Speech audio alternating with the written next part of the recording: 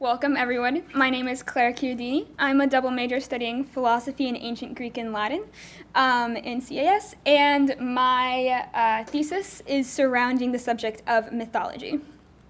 So my grounding question when I started this work was whether it would be possible for myself as one person living in the 20th century who's not going to believe in any of the gods or stories that I'm making up, whether I could write a work of fiction and have it actually classify as a myth according to some definition of that word. So I decided to take two approaches to answering this question. The first was going to be a theoretical approach in which I would kind of look at some of the definitions of myth and different theories regarding it. And then my second, more practical attempt would be to write a myth and see what happened there. So the majority of this presentation is going to be speaking about the first point, my theoretical portion, but at the end I will talk about the implications for my practical mythic enterprise. So when I was thinking about who to look towards as a kind of senior in the knowledge of mythology who I could dialogue with, I read a lot of anthropology, to be honest with you. I read a lot of things, but what ended up being most compelling to me was J.R.R. Tolkien, the author of The Lord of the Rings. Here was a 20th century man who obviously didn't physically believe in the things he was writing, and yet he had written a work called the Silmarillion, which is basically the creation myth, the first three ages of the Middle Earth, which is the kind of ground of the Lord of the Rings. And he called it myth, and other people called it myth. So I wanted to know what his definition of myth was, because if he could do it, then I reasoned, well, I could too. So, to understand what Tolkien says about mythology, we have to understand what he thinks a fairy story is, because Tolkien used the term fairy story as this umbrella word to encompass legend and fairy tale and mythology and a lot of other things. And so mythology is a subset of this overarching fairy story, which in particular speaks about the underlying structure of reality of the world. So it talks about gods, it's going to talk about how the world was made, it's going to talk about what happens after death. So that's relatively clear, this kind of subset of the fairy story. So the more important question became for me to understand what Tolkien was talking about when he said fairy story. Because a fairy story isn't just a story about fairies, dragons, what have you. And it's also not regarding the physical location of fairy that you might know from reading tales of King Arthur, the place where the people who can't lie live with the pointy ears. That's not fairy. What Tolkien understood by fairy was a kind of existential quality to a tale. Something happened when a human reads this tale, their heart comes alive. That's basically what Tolkien thought a fairy story was, that this was its essential quality. It sounds a little vague. I'm going to try to explain it. So the first thing to understand when we're thinking about what is this kind of human reaction that happens when we read the fairy story, is Tolkien's understanding of truth. Because Tolkien said that mythology was true, which is insane. But it sounds insane, pardon. I don't think it is insane. I'll get there. Basically, Tolkien wrote a letter to his publisher, Milton Waldman, in 1951, and he was talking about The Lord of the Rings, and he said, "Yet always I had the sense of recording what was already there somewhere, not of inventing," which obviously is weird because it almost implies that once upon a time there really was a dark tower with this blazing eye that was watching everything, and that's not true.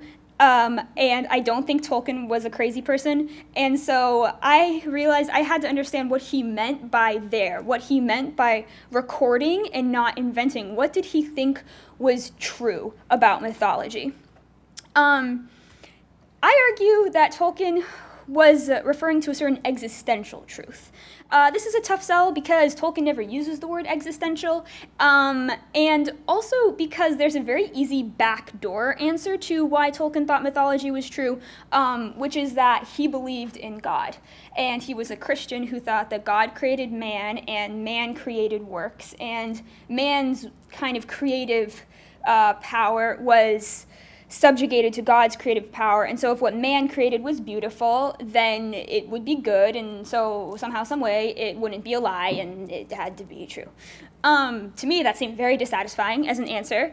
And even though many Tolkien scholars use it, I thought there was another reason that didn't need to be God to explain the existential truth of mythology, but it did need a certain definition of the human person.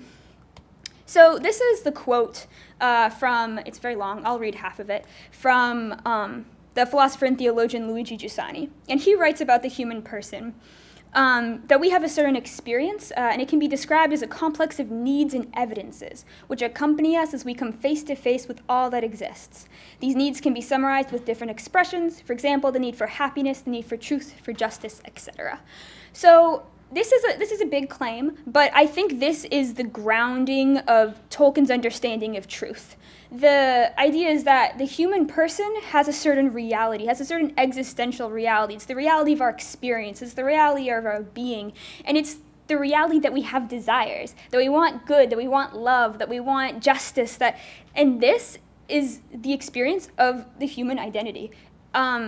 And this is our existential truth. This is the existential truth of the human person. And so clearly for Tolkien, the fairy story is going to express this somehow. How? He offers three particular methods of this expression. The first is escapism. I think we tend to think of escapism as a sort of negative term, as kind of indicating that we're running away from something, but Tolkien understood it as a running towards. He seemed to imply that sometimes we're dissatisfied in life, that we have these certain desires and we really want them to be answered. And so in the fairy story, we get to see the answer to our desire to transcend human limitation, that, you know, maybe we want to see the depths of the ocean. We can't get there as humans, but we really want to know what's down there. Or maybe, like, more seriously, we want to understand what happens after death. Escapism is the desire to find out what can satisfy these basic human wishes.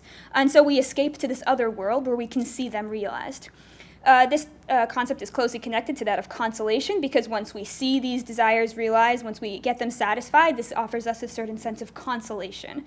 And finally, there's the sense of recovery, that life is hard, and sometimes our desires are disappointed, and sometimes they're disappointed repeatedly. And sometimes when they're disappointed repeatedly, we give up hoping that they could ever be answered. And when we give up hoping that they can ever be answered, we begin to say, well, maybe I don't actually desire it anyways. So you want love, and it keeps not working out for you, and so you end up saying, well, I'm not going to get it, so you know what, I don't need it.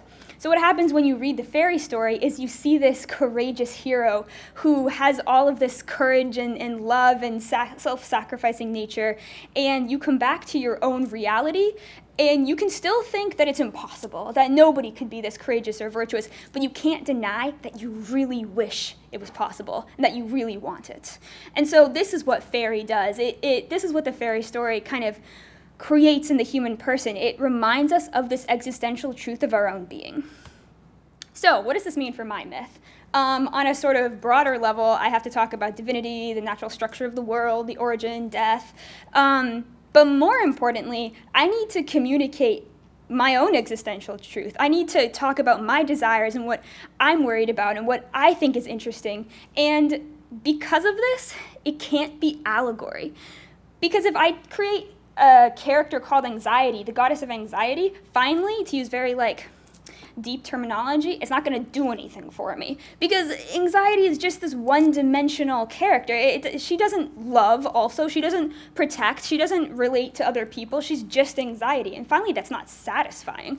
So this conclusion was problematic because I had created an entire pantheon already of human values and human emotions, and I was good to go, and I had my first four beings were going to be beauty, silence, desire, and fear, and it was going to be fabulous. And something was missing, and I couldn't figure out what it was. I wasn't compelled by this myth I'd created, and I realized I hadn't created a myth, I'd created an allegory. And I was like, shucks. So basically, the success of my theoretical portion essentially taught me that my practical portion had failed, which sounds sad, but there's a seed of hope. Because I have now something that can become something really great, that can become something really powerful, moving, and beautiful.